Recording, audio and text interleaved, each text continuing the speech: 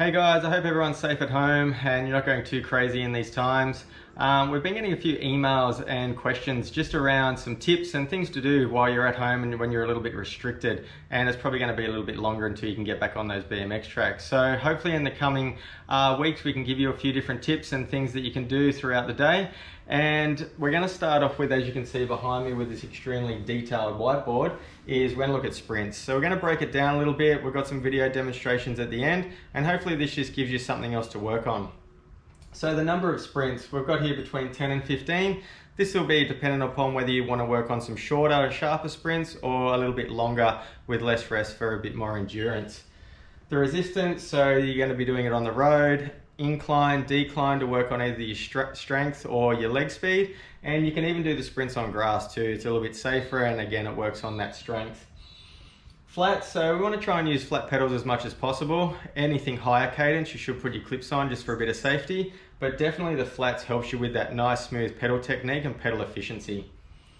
Pedal technique, as we just mentioned, you want to try and really emphasize those first few cranks, curling that toes and those feet right around to get the most out of that pedal stroke. You'll notice that you get a lot smoother rotation and a nice smoother circle, and like I said, a lot more efficiency with your power.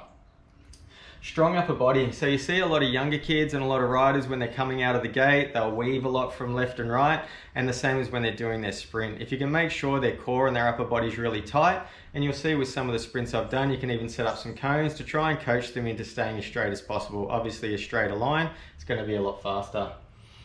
So standing start and acceleration start. So mix up the way you're going to do your sprints. Don't always do them from a block start. Try and make sure you have some where you're actually rolling into the start or coming in a bit higher speeds. Again, it'll work on those different areas. So you're tapping into all areas of your training.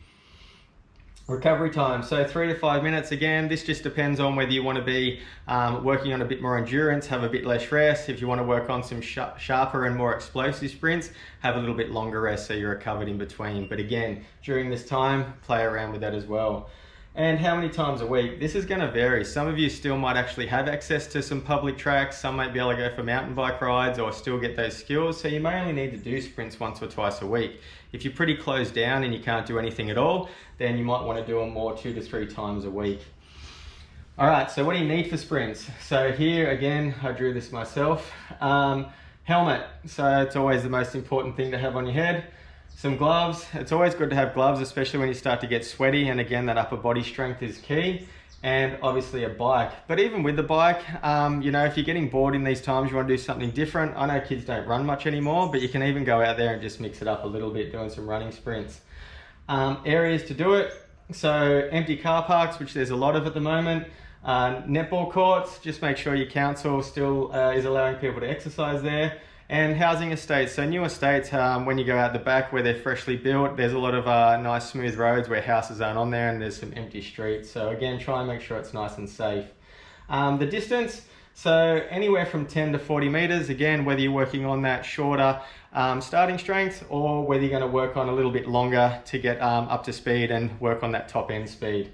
What can you use to mark it out with? You'll see on the videos I've been using some marker cones, but you can definitely use anything from some shoes or your drink bottles if you might have it, or if you've got any old cans or bottles laying around the house. So as you'll see now, I've got a few demonstrations that you can copy off. If you've got any questions, send them through, but good luck out there, and I'll have some more tips coming.